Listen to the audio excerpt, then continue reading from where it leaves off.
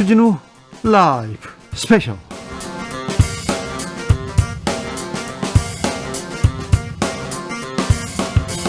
2021년 3월 20일 토요일입니다. 안녕하십니까, 주진우입니다.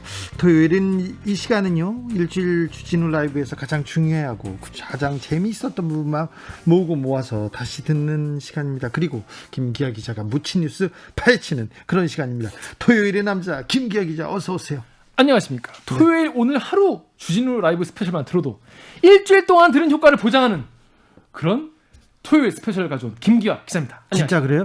사실입니다. 진짜 그래? 사실입니다. 알겠습니다. 자, 이 방송 영상으로 만나보실 수 있습니다. 그렇습니다. 지금 유튜브에서 주진우 라이브 검색을 하시면 밑에 지금 라이브가 되고 있다, 네. 이런 뜻의 라이브 나오라는 게 뜹니다. 그걸 누르시면 지금 영상으로도 함께 만나보실 수가 있습니다. 청취자들을 위해서 선물 준비했습니다. 일단 김기아 기자를 드리겠습니다. 그리고 일단 저를 드리고 그 다음에 제가 피자 들고 갑니다. 아이고, 피자 들고. 자, 청취 후기, 어떤 코너가 재밌었는지 청취 후기를 보내주시면 후기를 보내주신 분 중에서 3분을 추첨해서 총 3만 원 상당의 뜨끈한 피자 교환권을 보내드리겠습니다. 어디로 보내면 됩니까? 옛날엔 이게 또 엽서에 써가지고 네. 우체통에 넣어가지고 하트도 그리고 하트 그리고 여의도동 18번지 네. 이제 아니거든요. 네. 카톡 보내면 됩니다. 카톡. 네. 카카오톡 플러스 친구에서 주진우 라이브 검색을 하시면은 요 주진우 라이브가 뜹니다. 친구 추가하신 다음에 친구한테 카톡 보내듯이 네. 절절하게 재밌게 소소하게 사연을 보내주시면 되겠습니다. 편하게 보내세요. 편하게. 자, 김기아 기자, 그러면요, 묻힌 뉴스부터 가볼까요? 그럴까요? 자, 첫 번째 묻힌 뉴스는요, 좀 슬프면서 굉장히 화가 나는 그런 소식을 먼저 하나 가져왔습니다. 여러분 지금 뭐 군대에 다녀오신 분도 많이 계실 거고, 군대를 가야 하는 분도 계실 거고, 또 군대에 자식들을 보내신 분도 계실 텐데, 참 이 최근에 군 의문사 진상조사 이제 위원회가 생기면서 예. 옛날에 있었던 일이 속속 드러나고 있어요. 예. 그런데 최근에 11년 만에 아들의 억울한 죽음을 이유를 알게 된 사연이 있어서 한번 가져와 봤습니다. 네네. 고 이강일 상병입니다. 고 이강일 상병은요, 운전병이었어요. 예. 근데 다른 부대에 파견을 갔던 겁니다. 파견을 갔는데 9일째 되던 날 연병장, 그러니까 운동장에 있던 축구 골대에 이렇게 매달린 거예요. 축구 골대 엄청 크잖아요. 네. 그 매달리는데 보통 이제 매달리면 그게 워낙 튼튼하기 때문에 막 힘 좋은 분들은 거기서 막 턱걸이도 하고 막 그러는데, 그렇죠. 축구 골대 넘어진 겁니다. 뒤로 이렇게.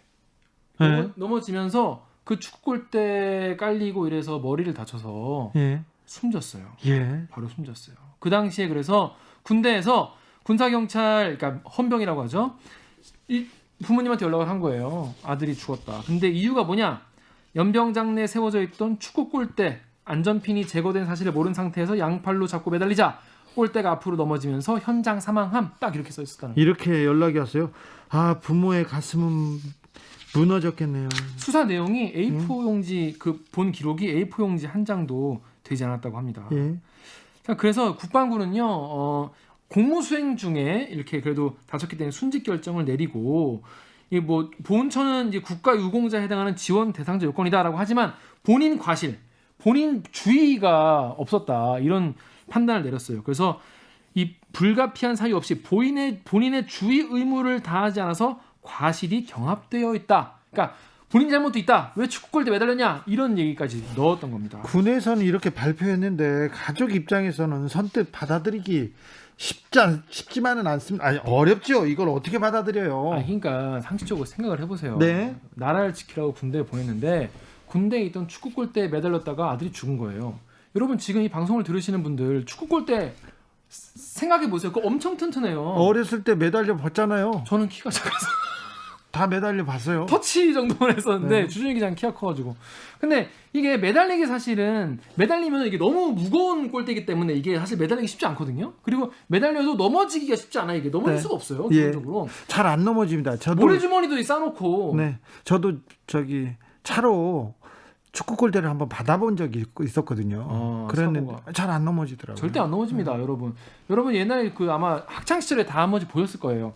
자, 그런데 이 부모님은 근데 군대 말을 믿을 수밖에 없는 거예요. 왜냐하면 다른 뭐 없으니까, 본인들이 이거 조사할 수 있는 것도 군대 없고. 안에 들어가서 조사할 수도 없지 않습니까? 그렇습니다. 당시 이상병이 키가 180에 몸무게가 100kg 정도 되는 거구에 되게 건장한 체격의 그런 친구였거든요. 그런데 이게 그게 돌아가셨기 때문에 너무 황당해서 이게 11년 전에 이런 일이 있었는데 이번에 정부에서 군 사망 사고 진상 규명 위원회가 2018년에 새로 생기지 않았습니까? 예. 그래서 여기에 이제 다시 사망 사고 조사를 해달라. 이거 너무 아무리 생각해도 이해가 안 된다. 예. 그래가지고 말씀을 하신 거예요. 진상 규명과 명예 회복을 바란다라면서 진정을 넣었는데 2달 동안 이번에는 그 당시에는 군 경찰만 조사했지만 이번에는 건설공학 교수 그리고 축구 골대 실제 제작자분 이런 분들이 같이 조사에 참여했다고 합니다. 그 조사 결과 어땠습니까? 진실이 밝혀졌습니까? 이게 그냥 축구 골대 매달리면 안 되지 이런 이야기면 가져오지도 않았을 거예요. 네. 조사해봤더니 어떤 거였냐면 여러분 생각하는 그런 축구 골대가 아니었어요. 이 축구 골대가 네. 부대에서 자체 제작한 골대였다고 합니다. 네.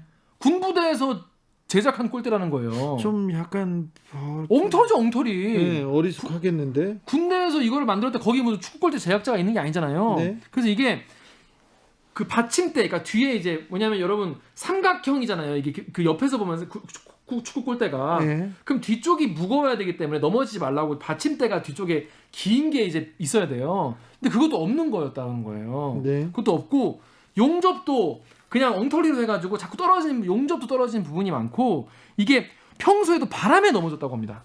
예. 바람에 넘어지는 축구 골대가 그냥 방치돼 있었던 거죠. 이게 위험하다는 고지도 안 돼 있었고 이상병한테 그런 상황에서 이거를 교육도 안 돼 있고 그 시설물 자체도 엉터리였다는 거죠. 이게 이번에 드러난 겁니다. 근데 이상병이 거기 매달린 겁니까? 네, 그렇습니다. 매달린 건 맞는데 네. 이게 사실 축구 골대 우리 평소 축구 골대는 절대 넘어지지 않거든요. 예. 사람 한 명 매달렸다고 해서 절대로. 네. 근데 이렇게 엉터리로 이렇게 만든 연병장의 흉부, 그러니까 흉기 같은 그런 네. 결함 있는 골대를 방치해서 발생한 인재다라고 진상규명위가 전했습니다. 그리고 해당 부대에서 이 위험성 등에 대해서 안전교육도 안 시킨 거예요, 평소에. 전혀 이 이야기는 이 조사는 이 골대가 안전에 문제가 있었어요. 이런 이야기는 그 전에 군 헌병대나 군 수사대에서는 전혀 얘기하지 않았죠. 전혀 얘기하지 않았고요. 그래서 이번에 이 사건을 담당한 손주희 진상규명위 조사관이 당시에 가장 핵심적인 사망 원인이었던 골대의 문제점에 대해서 전혀 언급하지 않았기 때문에 당시 조사가 굉장히 미진했다라고 지적을 했습니다. 그리고 더 문제는 뭔지 아세요? 이런 골대를 지금 군부대에서 많이 쓰고 있다는 거예요. 지금도. 아직도요? 예, 자체 제작을 해서 비규격 운동시설을 사용 중이기 때문에 이런 거 지금이라도 더 없애야 이런 비극적인 사고가 없어질 텐데 그냥 뭐 쓰고 있다는 거예요. 네. 그렇습니다. 아, 그렇군요. 참 가족들은 이 결과를 어떻게 받았는지 11년 만에 이런 기회가 생겨가지고 그래도 이번 정부 들어서 이런 위원회가 설치가 되면서 네. 이런 이제 그 억울한 이제 사건 사고가 하나씩 밝혀지고 있거든요. 네. 근데 이런 게 없었다면은 아들이 그냥 멀쩡한 축구 골대에 매달렸다가 자기 잘못으로 숨진 걸로 부모님은 알고 계셨을 거 아니에요. 네. 이번 기회를 알게 되셔가지고 참 가슴이 참 얼마나 아프시겠어요. 본인 11년 동안 얼마나 그 진상도 모르시고. 군 하면 의문사가 연관 검색어로 떠오른다. 그리고 군 사고도 많고요. 한 번은 공동경비구역 JSA 영화로도 만들어졌지만 자살이 분명히 자살일 수가 없을 만큼 온몸에 난사를 했는데 자살이라고 이렇게 발표하는 군 검찰이 있었습니다. 군에만 가면 이렇게 조금 어둡고 음침하고 사실이 드러나지 않는 그런 과거 이제는 버리고 미래로 가야 됩니다. 더 문제는 뭐냐면은 이 군대에서 이 사고 있지 않습니까? 네. 그러면은 원인을 국방부가 이제 조사를 해서 발표하는데 무조건 80%가 본인 과실이에요. 거의 다 그 죽은 사람이 잘못했다 이렇게 해서. 그런데 이런 조사 결과가 나오면 과연 80%가 다 본인들 잘못이다. 과연 이거 얼마나 납득할 수 있을지. 군에서 사고가 나면 이렇게 교수, 전문가 이렇게 외부 민간 위원들도 같이 들어가서 조사를 해서 이 죽음이 조금 억울함.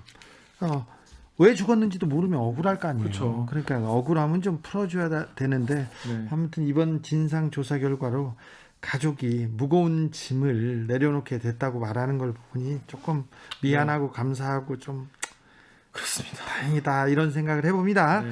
다음 묻힌 뉴스로 가보겠습니다. 네, 지금 스마트폰 쓰고 계신 분들 한번 스마트폰을 한번 보시기 바랍니다. 안 쓰는 사람이 어디서? 네, 본인 이 위에 보면은 안테나 위에 5G, 5G라고 써 있는지 LT라고 써있는지 지금 한번 확인해 보십시오. 네. 지금 확인해 보십시오. 네. 저 같은 경우는 LT라고 떠 있습니다. 저도 아직 LTE입니다. 대부분의 사람들은 지금 다 5G 요금제를 쓰고 있어요. 네. 왜냐? 5G 요금제를 가입을 해야 최신 스마트폰을 쓸 수 있거든. 아하.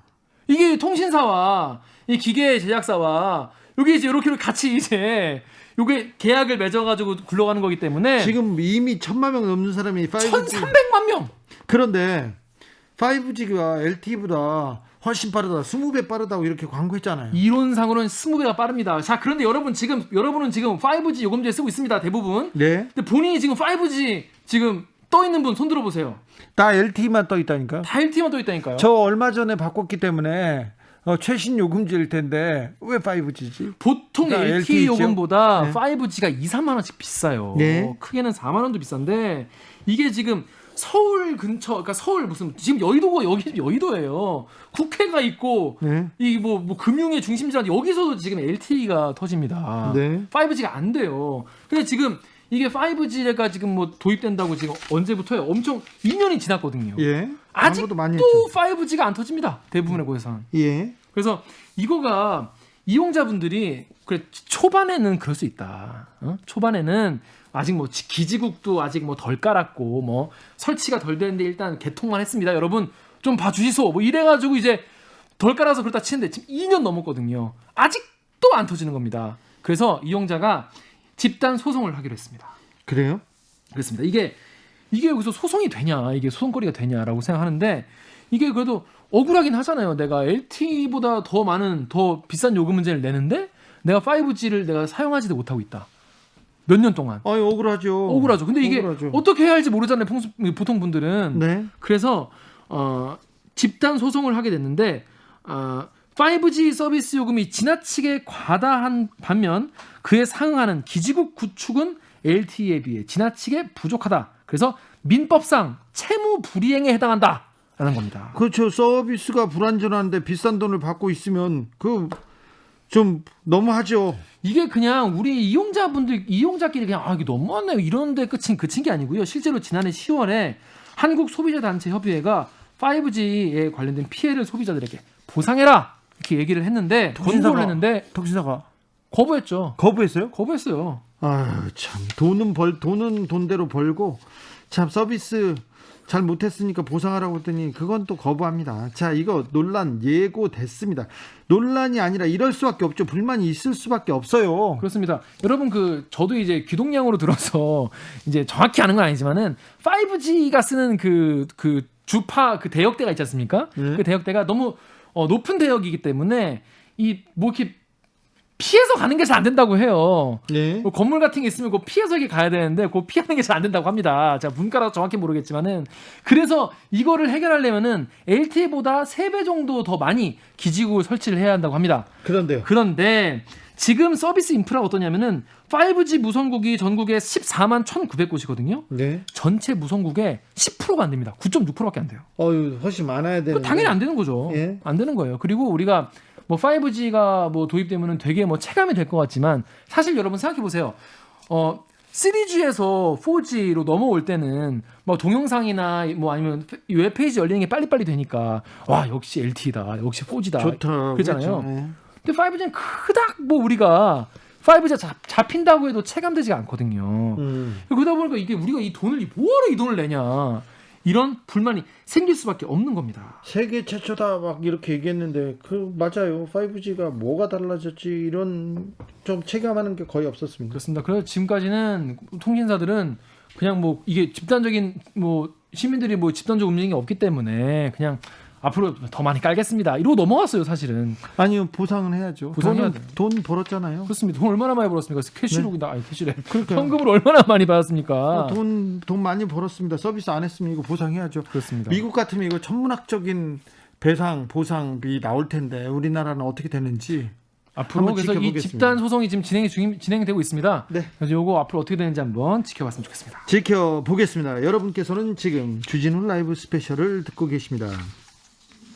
주진우 라이브 스페셜 김기화 기자와 함께하고 있습니다. 본격적으로 주진우 라이브 스페셜 하이라이트 장면 다시 듣기 시작해 보겠습니다. 김기화 기자, 네. 어떤 장면 골라오셨어요? 아직도 꺼지지 않는 불꽃. LH 관련 이슈입니다. 아우 하루 종일. 이게 LH 관련 종일. 이슈가 네. 워낙 그 개개인의 불법 행위잖아요. 네. 개개인의 어떤 비위 행위이기 때문에 기사가 계속 나와요. 네. 눈 뜨면 새로 나오고 또 누구 잡히고. 조사 조금씩 하고요. 정치권에서 공방 있습니다. 전수조사 한다 안 한다 특검 한다 안 한다 이렇게 하다가 보니까 지금 계속 국민들한테는 분노와 실망만 안겨주고 있습니다. 근데 그러다 보니까 오히려 이 문제의 어떤 핵심, 본질, 앞으로 이런 것을 재발 방지하기 위해서 어떻게 해야 되는지, 구조적으로 어떤 문제가 있었는지 이런 거를 좀 들여다보는 건 사실은 좀 여러분 저도 좀 그렇긴 한데 그런 기사는 좀 안 보게 되더라고요. 네. 왜냐하면 이건 약간 좀 지루하고 약간 막 어차피 맞는 말만 하는 거 아니냐 이런 생각이 들었는데 이거를 그래서 참여연대 정책위원 김남근 변호사와 함께 이런 LH 사건 왜 이런 게 나올 수밖에 없는 구조적 이슈가 있었는지 그리고 앞으로 이걸 재발을 막기 위해서 어떻게 해야 되는지 이런 이야기를 나눠봤습니다.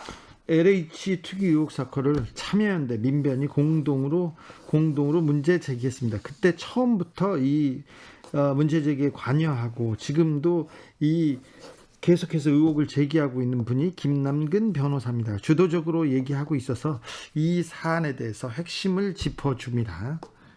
근데 이제 이런 신도시 개발 같은 걸 할 때 기본적으로 먼저 투기 관련 조사를 먼저 하고 나서 선정해야 되는 거 아니냐 이런 얘기를 했는데 사실 거기까지는 사실 뭐 생각을 잘 못했죠. 많은 분들이. 예. 부동산 투기 언제적 사라진 줄로만 알았는데 부동산 광풍이 불면서 이 투기 부분에 대해서 우리가 조금 부족했던 거 아닌가 이런 생각합니다. 언론도 부족했지만 정부의 대응도 미흡했어요. 사실 이런 뭐랄까요 뛰는 정보 위에 나는 이 투기꾼이랄까요? 그렇죠. 옛날부터 그런 말이 많았는데 이번 3기 신도시 얘기하면서 그런 게 좀 부족하지 않았냐 이런 지적도 있었고요. 네. 그리고 이제 사실은 그 뭐 금융 관련된 공기업에 다니시는 분들은 아시겠지만 뭐 주식 투자를 못 하거든요. 3만 원 이상 게 뭐 투자 안 되는 것도 있고. 예. 그런데 뭐 국토부나 뭐 지금 LH나 뭐 이런 분들이 어떻게 하고 있었는지를 어떤 이 뭐랄까요 하지 못하는 그런 선 같은 게 없었다는 게 전 약간 놀랐어요 이번에. 왜냐하면 지금까지 뭐 분당도 그렇고 1기, 2기 다 그런 이슈가 있어가지고 수많은 사람들이 구속되고 이랬었는데 그렇죠. 이거에 대한 그 제어되는 장치가 내부적으로 없었다는 게 전 약간 이번에 처음 알아가서 너무 놀랐습니다. 부동산 투기 명백한 범죄입니다. 그런데 투기를 지금 부동산 투기를 투자라고 생각하고요. 이게 윤리적으로 잘못된 것이 아니다. 이렇게 생각하는 사람들이 많아서 이 부동산 투기가 만연되고 있다고 김남근 변호사는 일침을 가하고 있습니다. 그렇습니다. 뭐 예를 들어서 일반인들이 뭐 나 앞으로 이게 전망이 좋을 것 같다. 아니면 내가 여기 뭐 사고 싶다. 이래서 뭐 투자를 하거나 이런 거는 또 모르겠는데 본인들이 이걸 집행하는 플레이어잖아요. 네. 그러면 당연히 내부 정보를 알게 되고 직업적으로 이거를 정보를 알게 되는데 이걸 이용해서 업무상 취득한 비밀을 이용해서 네. 이거는 투기를 한다는 건 이건 당연히 범죄죠. 그냥 직장인이 산 그린벨트 거기를 그리고 농지를 사서 거기에서 산에다가 산을 즐기거나 아니면 거기에 농사를 하거나 그런 사람이 아니면 거의 대부분 이 투기 의혹이 있다고 보이는데 이 부분에 대해서 잘 생각을 안 하고 그냥 돈만 벌면 좋아. 돈을 많이 벌었대 부동산으로. 신도시 개발 단지가 이게 로또야. 이 생각이 너무 큰 것 같아서 이 부분에 대한 재발 방지 막기 위해서 굉장히 좀 대책을 세웠어야 되는데 이게 부족하고요. 투기 맞아요. 이익을 환수하는 노력도 좀 부족한 것 같습니다. 특히 이런 공무원분들이 담당 공무원분들이 이러면 안 되기 때문에 아니 그러니까요. 네, 미리 금융사에서 네. 아까 부동산 그 주식 투자 못 하듯이 네. 국토부, LH 이런 데서는 자기 집 그리고 생계를 위한 뭐 다른 거 말고는 이래 투기성 토지는 못 갖도록 이런 자체 시행령이나 규정이 없다는 것 자체가 굉장히 놀랐습니다. 이런 강제력을 발휘하기 위해서는 근데 미리 어떤 개인 정보 동의서 혹은 뭐 청렴 서약 뭐 이런 거라도 있었으면은 뭔가 더 이거를 더 제어하기 쉬웠을 텐데 네. 그런 것도 없었다.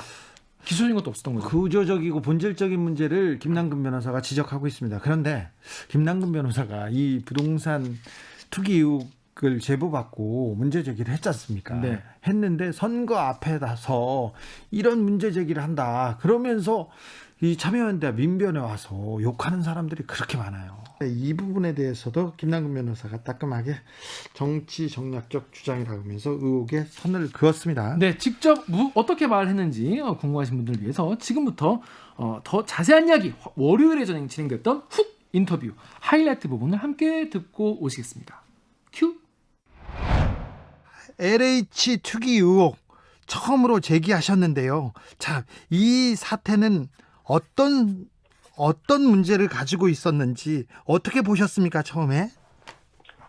그러니까 이 광명시흥지구는 이제 농지여서 1년에 농지 거래가 뭐 한 건이나 두 건 있을 만큼 한 이제 그런 지역인데요. 네. 거기에 2018년부터 2021년 지금까지도 1, 2월까지도 토지 거래가 한 130건 정도입니다. 그러니까 이제 그 지역에서의 광범위한 농지 투기가 있었다는 것이죠. 예. 근데 이 부분들을 이제 LH 직원이나 뭐 광명시청, 시흥시청 공무원처럼 공직자라면 이러한 농지 투기가 있으니까 이걸 차단해야 된다 이렇게 상부에 보고를 하고 예. 어떤 조치를 취했어야 되는 것이 공무원이라면 우리, 그래야죠. 예, 공직자에 대해서 이제 우리 국민들이 기대하는 것인데 네. 그게 아니라 이제 같이 뛰어들어서 나도 한몫 잡아봐야 되겠다.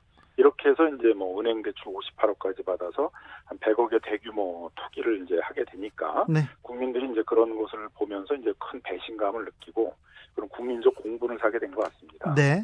뒤늦게나마 정부가 합동조사단을 꾸리고 지금 조사를 하고 있습니다. 정부의 대응은 어떻게 보시는지요? 일단 이제 정부가 그 전수조사라는 표현을 쓰면서 네. 그 공직자들의 명단과 한국부동산원에 있는 전산 기록을 대조를 해서 신도시와 그 주변 지역에 최근 3, 4년 사이에 있어서 토지거래했던 내역들을 이렇게 대조하는 작업들을 했는데 여기에 너무 무슨 큰 기대 같은 걸 좀 심어줬던 것 같아요. 근데 그거는 자기 이름으로 토지거래를 했다라는 거 정도만 나오는 것이거든요. 네. 근데 대부분의 공직자라면 이제 그 공직자로서의 청렴하게 공직을 수행하는 거와 부동산 투기한다는 것들은 이해가 충돌하는 것이기 때문에 자기 이름으로 부동산 투기를 했을 가능성이 굉장히 낮을 거거든요. 예. 그러니까 그 차명 거래나 이런 부분들은 결국 이제 수사를 해서 밝혀야 될 부분들인데 네. 그 수사는 이제 아직 본격적으로 시작이 안 되다 보니까 그리고 1차 조사 결과에서 나온 건 이제 자기 이름으로 투기한 사람들 한 20여 명 정도 나왔다 그러니까 국민들이 좀 실망을 하게 됐던 것 같습니다. 네. 이제 첫걸음이고 정부가 더 찾아내겠죠. 경찰도 수사에 나섰고 검찰도 나섰으니까요. 변호사님, 3기 신도시 지역 이외에도 다른 지역에서도 개발 산업단지 투기 의혹 계속 드러나고 있는데 이 부분은 어떻게 보시는지요? 결국 그 농지를 도시로 바꾸는 이제 이런 개발 사업이 진행이 되면 당연히 전문 투기꾼들의 입장에서는 그 개발이 예상되는 지역의 농지를 미리 사뒀다가 뭐 보상이 진행될 때 그 오르는 가격으로 보상을 받는다든가 뭐 대토나 아파트 입주권을 받으려고 했을 것입니다. 네. 상대적으로 이제 농지를 도시로 개발하는 사업들이 전국에서 많이 벌어지다 보니까 이 농지 투기 행위들이 광범위하게 일어났던 것 같습니다. 그럼 적어도 이제 정부가 이런 농지를 도시로 개발하는 다양한 사업을 벌일 때는 거기서 농지 투기 행위들이 일어나지 않을 것인가를 좀 우려를 하고 네. 그 부분에 대해서 사전 조사나 이런 부분들이 있었어야 되는데 네. 그런 좀 사전 조사 행위 같은 것들이 별로 없었고 그러는 사이에 이제 일정한 농지 투기 붐이 일어나다 보니까 LH 직원과 같은 이제 사람들도 그런 농지 투기에 참여하게 됐던 것 같습니다. LH 뭐 직원, 퇴직자도 마찬가지고요. 이분들 말고도 다른 사람들도 이 투기 대열에 이렇게 합류했을 것으로 보이는데요. 그 공직자만의 문제는 아니겠죠. 네. 뭐 저희가 이제 광명시흥지구를 조사하면서 이렇게 보면은 이 농지인데 생산성이 별로 없는 곳인데 뭐 10억, 뭐 20억 이렇게 거액을 주고 농지를 구입한 사람들이 상당수 있거든요. 예. 또 주소를 보게 되면 뭐 강남, 송파, 뭐 하남 뭐 이런 이제 농사를 짓기엔 너무 먼 거리에 있는 사람들이 농지를 구매한 경우들도 있고요. 네. 또 현장을 가보게 되게 되면 논농사를 짓겠다고 해놓고선 거기다 묘목 같은 거 심어놓은 경우들도 있고 뭐 쓰레기장으로 활용되고 있는 것들도 있고 하기 때문에 적어도 이분들이 영농 목적의 농지를 구매한 것은 아니고 예. 그런 투기 목적으로 이제 농지를 구입했다라는 것들을 뭐 단적으로 알 수 있는 그런 상황이거든요. 예. 근데 뭐 이러한 이제 농지에 대한 투기들이 상당히 광범위하게 이루어졌다. 그래서 이번 문제를 저희는 이제 이게 부패 이슈도 있지만 공직자 이런 부동산 투기하면 되느냐의 문제도 있지만 더 나아가서는 좀 투기와의 전쟁 뭐 네. 이런 것들을 좀 선포하고 이참에 우리 사회에서 좀 낮아진 부동산 투기는 뭐 과거에는 뭐 상당한 유법행위 뭐 또는 비윤리적인 행위로 봤었는데 지금 뭐 지금 투자라고 낮아졌던 생각하는 것 경우도 같습니다. 많잖아요. 예, 뭐가 문제냐, 뭐 공직자도 할 수 있는 거 아니야, 뭐 이런 의식까지 있는 것 같아서 네. 이번 기회에 한번 좀 그런 부동산 투기에 대한 경각심을 높여보자 뭐 그런 생각이 있습니다. 그렇습니다. 부동산 투기 뿌리 뽑을 기회이기도 합니다. 공적 개발이 누군가의 사적 이익으로 이어지는 이 상황이 계속되면 부동산 투기를 막기는 어려울 것 같은데요. 그렇습니다. 그래서 이런 이제 공적 개발을 할 때는 네. 여기에 그런 투기 세력이 결합하지 않도록 그런 차단하는 행위들이 필요한데, 뭐 예를 들면 LH 내부에서 보더라도 뭐 적어도 그 부패 방지 센터 같은 것들을 만들고 정기적으로 LH가 개발하는 그런 공공택지에서는 한 3, 4년 전 동안의 토지 거래에 대해서 LH 직원이 가담했는지를 조사하는 그런 부패 방지 시스템 같은 것들이 작동을 했다면, 네. 또는 LH 직원들에 대해서 그런 청년 교육도 실시를 하고 토지 거래는 이제 하지 않는다. 토지 거래를 하는데 조사를 하게 되게 되면 뭐 개인정보 동의서 같은 거 제출한다. 이런 어떤 청렴 서약 같은 것들을 받는 작업들을 사전에 했다면 이렇게 많은 LH 직원들이 부동산 투기에 참여하는 그런 현상은 발생하지 않았겠나 이렇게 생각이 듭니다. LH 직원들의 땅 투기 의혹 어제 오늘 일이 아닌 것 같은데요. 앞으로 LH 조직의 구조적인 이 투기 의혹, 이런 구조적인 문제에 대해서는 어떻게 해결해야 됩니까? 그래서 LH 같은 이제 조직은 이 부동산 투기의 유혹이 상당히 강한 조직일 수밖에 없거든요. 예. 뭐 직접 이제 뭐 개발 정보들을 알고 있어서 보다도 전국에서 어떤 지역들이 개발이 예상될 지역이라는 것들이 자기 직업상의 경험으로 많이 알 수 있는 곳이거든요. 예. 그렇지만 공직자이기 때문에 공직을 청렴하게 수행하기 위해서는 그런 부동산 투기에 의해는 가담해서는 안 된다라는 또 높은 윤리의식도 요구가 되는 것입니다. 네. 이번 이제 것을 통해서 마치 LH 직원들이 개모임하듯이 서로 개발 정보들을 주고받으면서 돈을 모아가지고 그 부동산 투기를 하는 것들이 이제 발견이 된 것이죠. 네. 적어도 이제 LH 내부에서 이런 부패 방지 문제나 청렴의식의 공직자 윤리의식이 굉장히 떨어져 있다는 것들이 이제 확인이 된 겁니다. 네. 그런 차원에서 LH 내부에 그런 부패 방지 센터 같은 것도 만들어서 정기적으로 사전적으로 이런 LH 직원들이 부동산 투기에 가담하는 행위가 있는지를 뭐 정기적으로 조사를 하고 LH 직원들에 대한 청렴 교육, 청렴 서약 이런 것들을 강화해 나갈 필요가 있겠습니다. 네. 6262님 질문인데요. 농지 자격 취득 증명, 경작 사실 확인서 등 농업인을 확인하는 절차, 구비 서류가 이장님 확인 도장이나 인구 주민 2명 이상이 확인되면 되는 아주 허술한 제도가 문제입니다. 실경작 사실 허위일 때 강력한 처벌이 따라야 합니다. 이렇게 지적하셨는데 현행 농지법을 개정할 필요가 좀 있어 보입니다. 네, 뭐 법의 개정도 필요하고 예. 행정의 이제 문제도 좀 있는 것 같습니다. 그 농지를 취득하기 위해서는 영농계획서를 해야 되는데 영농계획서는 뭐 일주일에 뭐 4일 정도는 뭐 내가 작용을 한다. 네. 그다음에 그 농기계를 이제 장비를 대여하기 위해서 인근에 있는 어떤 농민한테 이제 뭐 장비를 대여한다, 뭐 작물을 모르신다 이런 거 세세하게 적게 돼 있습니다. 네. 몇 개 언론에 나와 있는 이제 영농계획서를 보게 되면 그 빈칸으로 낸 경우들도 허다하게 많고요. 네. 또 그런 영농계획서대로 영농을 하고 있는데 한 번쯤 나가봐야 되는데 네. 광명시하고 그 시흥시나 아니면 경기도 같은 데서 나가서 이런 농지 거래가 급증했으니까 혹시 허위의 영농계획서로 농지를 취득한 게 아닌가를 조사해야 되는데 체크해야죠. 네. 조사가 전혀 없었다는 거죠. 네. 그래서 나가만 보면 바로 알 수 있었던 그런 부분들에 대해서도 결국은 이제 농지 자격 취득 증명이 나갔고 나중에 그게 뭐 허위의 영농이라는 것들을 알았을 때도 아무런 조치가 이루어지지 않은 것입니다. 예. LH 직원 말고요. 진짜 고급 정보를 다루는 데가 국회이기도 합니다. 국회 국토교통위에서 쳐다봐야 되고 예결위에서 돈을 줘야 되고요. 산자위나 농해수위, 환경위 이런 데서 국회의원들은 정보 요구권이 있어서 최고급 정보에 상시 접근할 수도 있지 않습니까? 그래서 국회의원들도 저는 굉장히 이 부동산 투기 의혹의 유혹에서 굉장히 자유롭지 않을 것 같다는 생각이 드는데요. 변호사님은 어떻게 보고 계십니까?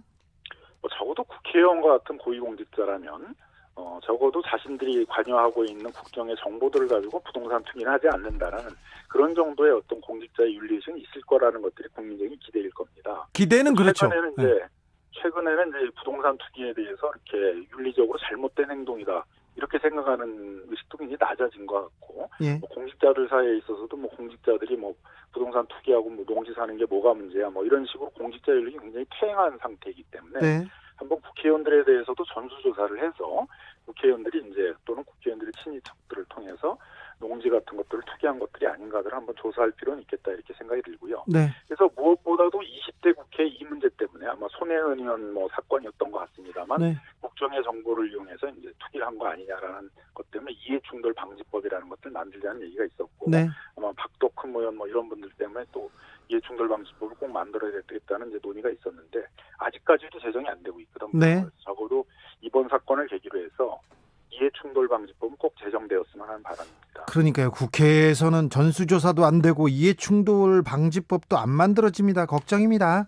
자, 이번 LH 사태에서 좀 우리가 배워야 되는데요. 이 사태가 용두사미로 끝나지 않기 위해서 필요한 후속 대책들은 무엇입니까?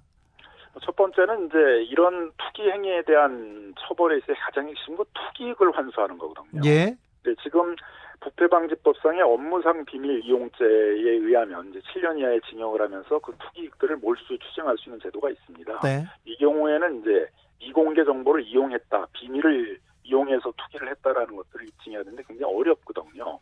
네. 뭐 예를 들면 그 공공택지를 지구를 지정하는 업무를 했던 공무원이 투기를 했다 그러면 쉬울 텐데 이번 사건처럼 대부분 이제 거기서부터 거리가 있는 뭐 토지보상과 직원 등이 투기를 한 것이기 때문에요. 그거보다는 이제 이런 이해 충돌을 방지를 해야 된다라는 것들은 공직자라면 누구나 이제 인식을 하고 있는 것이거든요. 네. 그래서 이런 이해 충돌 방지 의무에 위반해서 투기를 한 경우에 있어서는 그 투기익에 대해서 뭐 2배 내지 3배 이렇게 환수하는 그런 제도를 좀 만들 필요가 있겠다 이렇게 보여지고요. 네. 또 이참에 좀 농지에 대해서는 대대적인 조사를 해서 전국에 있는 농지의 많은 부분들이 농사를 짓는 사람들이 보유하고 있는 것이 아니라 허위의 영농계획서를 내서 농지를 취득하고 어떤 개발이 되게 되면 그 투기익을 얻겠다는 목적으로 보유하고 있는 것들이 많이 있는 것 같습니다. 네. 경기도 같은 데서 한번 특별대책반을 만들어서 네. 대대적으로 조사를 해서 영농 목적으로 토지를 보유하고 있지 않는 사람들에 대해서는 농지법에 매각 명령을 내릴 수가 있거든요. 예. 농지 매각을 하라. 이런 것들을 적극적으로 할 조치를 취할 필요가 있다고 생각이 듭니다. 이번이야말로 부동산 투기 이제 뿌리 뽑을 기회, 계기를 만드는 아주 소중한 기회이기도 합니다. 참여연대 민변에서 이게 의욕적으로 나서고 있는데요. 이 LH 투기 의혹 사태가 이렇게 불거지자 이재명 경기도지사가 배우로 있다 이런 흉흉한 소문이 돌고 있는데 이 부분에 대해서는 어떻게 보십니까, 변호사님? 뭐 저는 뭐 황당한 얘기라고 생각을 하고 아마 이제 그 정치 정략적인 측면에서 그런 주장을 하는 사람들이 있는 것 같습니다. 네. 근데 이제 한편에서는 이게 선거 국면이 보다 보니까 그게 선거에 상당히 영향을 미치는 측면이 있어서 좀 선거 이후에 이런 것들을 폭로했으면 좋지 않았냐라는 그런 아쉬움을 얘기하시는 분들이 있는 것 같습니다. 하지만 시민단체 입장에서는 제보가 들어왔고 그게 구체적이고 신빙성이 있다면 그것을 즉각 세상에 알려야지 어떤 정치적 판단하에서 그걸 선거 이후로 넘긴다든가 한다 그러면 그건 시민단체의 어떤 철학이나 본질에 반하는 행위라고 생각을 하기 때문에 저희들은 이제 조사를 해서 그게 신빙성이 있다고 해서 세상을 알리는 작업을 하게 된 것입니다. 네. 참여연대 정책위원 김남근 변호사와 함께한 월요일 훅 인터뷰 하이라이트 부분 다시 듣고 오셨습니다. 김기아 기자. 네. 이 방송은 풀 버전이 제맛이죠? 그렇습니다. 요 LH 건에 대해서 한번 쫙 정리를 해보고 싶으시다. 정책적인 측면, 앞으로에 대한 궁금하시다. 이런 분들을 위해서 풀버전 유튜브나 팟캐스트에서 주진우 라이브 검색을 하신 다음에 3월 15일 월요일 1부 인터뷰를 들으시면 되겠습니다. 주진우 라이브 스페셜 김기아 기자, 다음 장면은 어떤 장면이죠? 네, 드디어 박범계 법무부 장관이 수사 지휘권을 발동을 했습니다. 네. 뭐냐면 한명숙 전 총리 모해 위증 의혹, 쉽게 말해서 증언을 거짓말로 했다는 거죠. 다 같이 모여서 누굴 해하기 위해서. 이게 근데 워낙 여기 나오는 단어들이 법률 용어도 많고 뭔가 억울해 보이긴 하는데 무슨 말인지 정확히 이해 안 되는 분들 계실 거예요. 네. 그런 분들을 위해서 수요일 코너 재판 5분 전에서 양지열 변호사, 박지훈 변호사 모시고 이야기를 나눠봤습니다. 한명숙 전 국무총리는 대법원에서 죄가 확정됐습니다. 그래서 보수 언론에서는 한명숙 재판 뒤집으려고 지금 법무부 장관이 수를 쓰는 거 아니냐 이렇게 얘기하고 있는데 그 부분이 아니고요. 그 부분이 아니고 모해 위증, 그러니까 한 총리를 수사하는 과정에서 검사들이 교도소에 있는 사람들을 불러다가 협박하고 위협해가지고 증언을 좀 만들지 않았나, 이 부분에 대해서 들여다보겠다는 거예요. 어떤 한 그 재소자가 나는 검사의 압력으로 나의 입장을 거짓말하고 나의 입장을 뒤집었다 이렇게 얘기한 사람이 있었거든요. 그렇습니다. 그 사건의 공소시효가 얼마 남지 않아서 그 부분을 따져보는 거예요. 검사들이 수사를 올바로 했는지. 이거는 법무부나 검찰이 나서서 더 명명백백하게 밝혀야 된다. 이게 법무부 장관의 입장이고요. 다른 검찰에 있는 다른 지휘부에서는 또 이 부분에 대해서도 반발하고 있는 것도 사실입니다. 그렇습니다. 이른바 이 3인 성호 재판이라고 해서 유명한 재판이죠. 그러니까 한명숙 총리가로부터 이제 뭐 뇌물 관련 오고 가는 거, 주고받는 거를 뭐 봤다거나 받았다거나 이런 증언들인데, 요거 이제 검찰한테 아까 말씀하신 대로 이 교도소에 있는 사람을 꺼내와서 앉혀서 본인의 어떤 유리한 이런 증언을 받아냈다, 이런 증언이 이게 양심선언 같이 하나 둘 나오기 시작을 한 거예요. 네. 이게 작년부터 나왔는데 요거에 대해서 이제 하겠다는 건데, 이게 그러면 과연 이거를 재판으로 가면 되지 않냐, 양절 변호사는. 네. 이거를 왜 그렇게 또 다른 방식으로 하는지 이것도 잘 이해를 못하겠다, 이런 얘기도 했어요. 우리가 이제 검사들이 얘기하면 법정에서 보시죠 이런 말들을 되게 쉽게 하는데, 왜 본인들의 일에 대해서는 재판으로 가지 않으려고 하는지 이거에 대해서 지적을 하더라고요. 검사 출신이거나 검사가 기소당하잖아요. 그럼 세상이 무너지는 줄 알더라고요.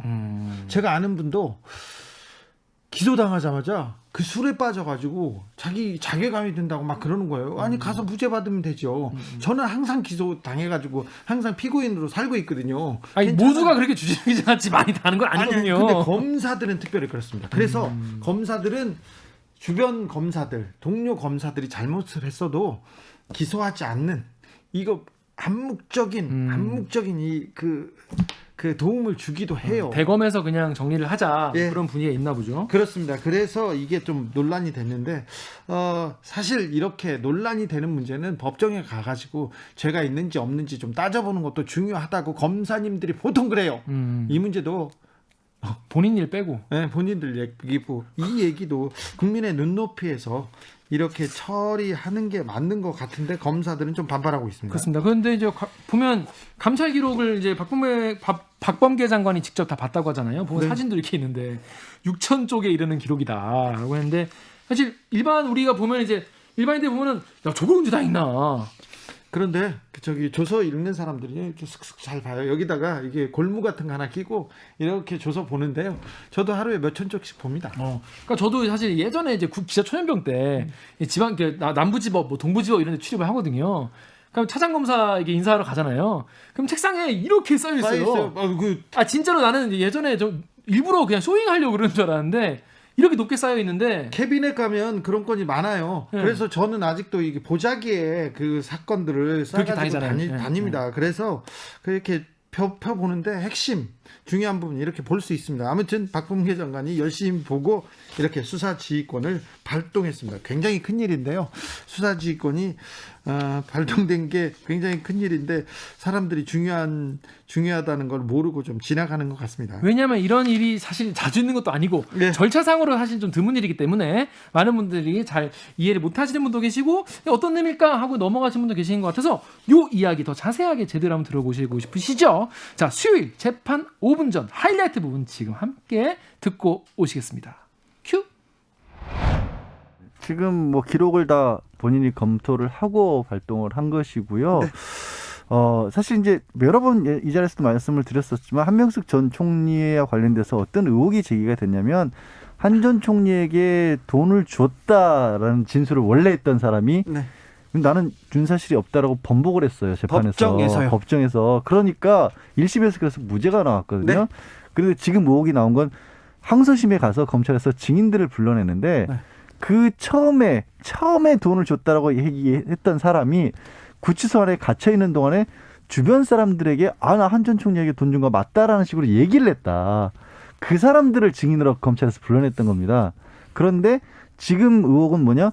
그때 한 전 총리에게 돈을 줬다라는 그 얘기를 들었습니다라고 증언을 했던 사람들 중에 일부가, 사실은 이제 더 많은 사람인데, 그때 검찰이 시켜서 거짓말한 겁니다라고 네. 그렇게 얘기를 하는 거예요. 검사가 거짓말 시켰어요, 이렇게 네. 증언했죠. 근데 그 중에 그래서 이제 법적으로 이게 뭐가 문제가 되냐면, 억울한 사람을 위증을 해서 이 억울한 사람을 지금 형사처벌을 받게 했으니까 모해 위증죄가 되는데, 두 사람이 법정에서 이제 항소심에서 진술한 게 공소시효가 남아 있었던 부분이 지난 3일날 끝난 사람은 그 사람은 내가 거짓말했다고 한 사람은 지난 3일날 끝났고요. 22일까지 공소시효가 남아 있는 사람은 아직까지도 그거 맞다. 나 얘기 들었던 게 사실이다라고 또 검찰 측 입장에 선 사람이 있거든요. 아, 그래요? 그 사람에 대한 모해위증죄는 공소시효가 22일까지입니다. 그래서 그 부분에 대해서 기소를 하면 이 사람들이 사실 중요한 게 아니라 이 사람들에게 그렇게 시켰다는 검사들에 대해서도 그렇죠. 공소시효가 정지가 되거든요. 죄를 만들었다고 의심되는 네. 그 검사들에 대해서 지금 수사하는 거죠. 공범이니까요. 근데 앞으로 어떻게 됩니까? 일단은 지시사항 구체적으로 말씀드리면 이렇게 돼 있습니다. 대검의 부장 검사회의를 소집해서 이 사건에 대해서 다시 검토하라라고 지시를 한 거거든요. 네. 부장들이 다 나와야 됩니다. 조난관 차장을 비롯해서 검찰차장 비롯해서 다 나와서 대검 간부들이 다 나와서 다 나와야 네. 됩니다. 뭐 감찰 부장이라든지 뭐 반부패 부장이라든지 다 나와야 되고 문제는 감찰 부장 또 감찰 3과장 임은정 감찰정책연구관 세 사람이 지금 가는 게 중요할 것 같아요. 예. 왜냐하면 이 세 사람이 결재 라인에 있었는데 감찰 3과장은 무혐의가 된다고 얘기를 했고요. 예. 임은정 감찰정책연구관하고 그 한동수 감찰부장은 이게 공소할 수 있다, 공소 제기할 수 있다라고 했는데 결재 라인을 뛰어넘고 가버렸던 거거든요. 네. 감찰 3과장이. 그래서 세 사람의 설명이나 의견을 다 듣고 대검의 부장 검사들이 판단을 하라라고 구체적으로 지시를 한 것입니다. 사실 임은정 감찰연구원 같은 경우에는 공소장을 다 써놨어요. 그러니까 재판에 넘길 수준이 된다라고 본인이 판단을 하고 예. 그리고 공소장을 써놓은 이유도 뭐냐면 수사권이 주어지자마자 윤석열 전 총장이 자신의 수사권을 다시 뺏으려고 할 것이기 때문에 미리 그 부분을 결재를 맡으려고 준비를 해놨던 상황이었는데 이제 임 검사의 주장이지만 그걸 올리기도 전에 결재 맡기도 전에 수사권을 다시 박탈해버렸다는 게 임 검사 주장이거든요. 그래서 지금 박 변호사 얘기한 것처럼 이미 한쪽에서는 준비가 돼 있는 상황이고 한쪽에서는 그 준비되어 있는 상황을 아예 무시하고 그걸 다 무혐의 처분을 했던 사람들이 다시 대검 부장위에서 나와서 나는 왜 이 사람을 이걸 재판에 넘겨야 된다라고 본다라고 하는 얘기를 하고 한쪽은 그건 볼 필요가 없다라고 주장하는 게 대검 부장위에서 다퉈질 겁니다. 그렇죠. 이제 참 이런 모습도 참 어색합니다. 처음 보는 모습이긴 한데 이제 부장들이 심의를 하면서 그러니까 심의를 하는 거니까 단순 투표를 하는 게 아니에요. 예. 질문도 있을 거고 한동수 감찰부장도 얘기를 할 거고요. 네. 또 그리고 감찰 3과장 이 사람 이름 말하지 않겠습니다. 허정수입니다. 하여튼 네. 감찰 3과장도 얘기를 할 거고 임은정도 검사도 얘기를 할 거고 그 과정에서 문답이 오갈 겁니다. 예. 그러면 사실은 구체적인 어떤 사안에 많이 접근할 수 있을 것 같아요. 네. 근데 저는요 이게 그 검찰에서 이렇게까지 다퉈지는 것도 사실 저는 좀 이상하다고 봐요. 물론 검찰 내에서도 확신이 어느 정도 있을 때에 기소를 하는 게 맞죠. 원칙이지만 사안의 성격 자체가 어마어마한 사건인 거잖아요. 의혹이. 네. 그러면 법정에서 다퉈지는 게 그렇죠. 맞아요. 검찰 내에서 검사가 잘못했다는 의혹이 제기가 되는데 검사가 기소도 안 해버린다? 아니 검사들이 보통 이런 말 잘하지 않습니까? 법원에 가서 다퉈보세요. 네. 그 얘기인데 왜 검찰 얘기는 주로 이런 검찰의 업무를 기소하는 경우는 좀 드물잖아요. 그러니까 국민들의 관심이 많은 거고 오히려 검찰에서 정말 무혐의 소견이 있다고 하더라도 법원에 올려가지고 그럼 무죄 받으면 되잖아요. 네. 늘 하는 얘기잖아요. 검사들이. 무죄 받으면 된다고요. 네. 근데 그것을 귀엽고 그 많은 양의 기록을 하루 만에 검토를 해서 무혐의다라고 결정을 했는데 뭐 또 하루 만에 본다고 하니까 박범계 장관도 하루 만에 본 것 같아요. 6,000페이지 봤다고 합니다. 네. 근데 뭐 사실은 우리 밖에서 얘기하는 6,000페이지 정도 가만 보니까 저희도 뭐 그렇게 보는 것 같아요. 훑어보잖아요. 그렇게. 그리고 그 안에 있는 게 우리 이게 소설책이나 뭐 교과서가 아닙니다. 다 읽을 필요는 없죠. 가장 중요한 부분만 이렇게 보면 그렇게 되잖아요. 넘기다 보면 네. 기록을 다 볼 수 있는 거고 박범계 장관이 투트랙으로 봤다고 합니다. 이 과정도 봤을 거고 또 이 결론을 내는 것도 문제가 있는지 두 개 다 아마 좀 봤지 않을까 생각이 듭니다. 자, 법무부 장관의 검찰 지휘권이라 이게 또 검찰에 큰 파장을 몰고 올 텐데요. 앞으로 어떻게 됩니까? 아니 근데 박봉계 장관이요. 지난번에 이제 사실 임은정 검사에게 수사권 줄 때도 그랬는데 뭐 논란의 소지가 있을 거라고 생각하는 거를 싹 피해서 절묘하게 이렇게 뭔가 행사하시는 네. 그런 특이한 능력이 있으신 것 아, 같아요. 그러면 잘 왜냐하면 저도 이거 수사지휘권 행사해서라도 법원의 판단을 받아야 되는 게 아니냐라는 생각을 하면서도 대검 부장회의를 소집하려고 생각을 못했어요. 저도요. 예. 대검 부장회의를 소집해 버리면 뭐가 있냐면 어쨌든 대검 검찰이 결정하는 거예요. 그렇죠. 일방적인 결정이 아닌 거예요. 지금 법무부 장관이 자 대검한테 공을 넘겼어요. 네. 그리고 대검 입장에서는 이 박 변호사 아까 잘 설명했다시피 양쪽에 그러니까 사건을 잘하는 사람이 나와서 설명을 하면 그냥 기각은 못 시켜요. 그걸 못 지킵니다. 거기서 설명 다 들은 다음에 심의가 돼야 되거든요. 자기들도 나름대로 논리가 명확해야 되거든요. 아하. 그렇죠. 이게 박범계 장관이 정말 묘수를 냈네요. 그래서 이제 남은 시간 얼마 없어요. 오늘 수요일이잖아요. 네. 목금 정도가 남았다고 봅니다. 뭐 공유를 할 수 있지만 그렇다면 현실적으로는 금요일까지 이제 22일이 월요일이 공소시효니까 막날도 가능은 하지만 한 금요일 정도 아니면 정말 늦을 때는 마지막 날 아니 저 공소장은 작성이 돼 있으니까 결정만 되면 넘기는 건 뭐. 넘기겠죠. 예. 자, 어찌 되는지 지켜보자고요. 이주윤님께서 그 사람들 수용자 진술을 곧대로 신뢰할 수 있나요? 얘기합니다. 그래서 재판에서 좀 따져봤으면 한다는 게 법무부 장관의 생각인 것 같습니다. 국민 의혹을 해소하기 위해서라도 검사들이 결정하면 잘 안 믿잖아요. 그래서 법원으로 보내야 된다고 생각하는 것 같습니다. 자, 양지열 변호사, 박지훈 변호사 함께한 수요일 코너 재판 5분 전 하이라이트 부분 다시 듣고 오셨습니다. 김기아 기자, 네. 이 방송 풀 버전이 제맛이죠? 그렇습니다. 특히 이 재판 5분 전 같은 경우에는 그냥 듣다 보면 그냥 다음 이슈도 쭉 듣게 되고 네. 쭉 한번 들으시면은 아 이번 주에 이런 일이 있었구나 네. 머리 안에 딱 정리가 됩니다. 재판이 많기도 해요. 너무 많아요 우리나라 왜 이렇게 많니? 네, 중요한 재판도 많기도 합니다. 그렇습니다. 유튜브나 팟캐스트에서 주진우 라이브 검색을 하신 다음에 3월 17일 수요일 2부를 들으시면 되겠습니다. 또 코너 클립도 따로 또 있으니까 그거도 바쁘다 하는 분은 그것도 보시면 되겠습니다. 김기아 기자, 오늘도 수고 많으셨습니다. 수고하셨습니다.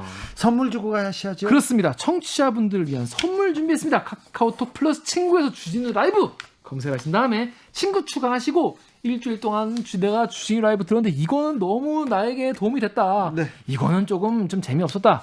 이런 부분은 되게 듣기에 되게 뭐 재밌었다. 이런 청취 후기 친구에게 카톡 보내듯이 편하게 네. 보내주시면 되겠습니다. 김기아 기자에 대한 사적 호기심. 네. 없어. 사적 호기심. 없어. 우대하진 않습니다. 하나도 안 왔대. 우대하지 않는다고요? 총 3분 추첨해서 3만 원 상당의 피자 교환권 보내드리도록 하겠습니다. 김기아 기자, 오늘도 감사합니다. 고생하셨습니다. 주진우 라이브 스페셜 여기서 인사드리겠습니다. 저는 다음 주 월요일 오후 5시 5분에 돌아옵니다. 지금까지 주진우였습니다.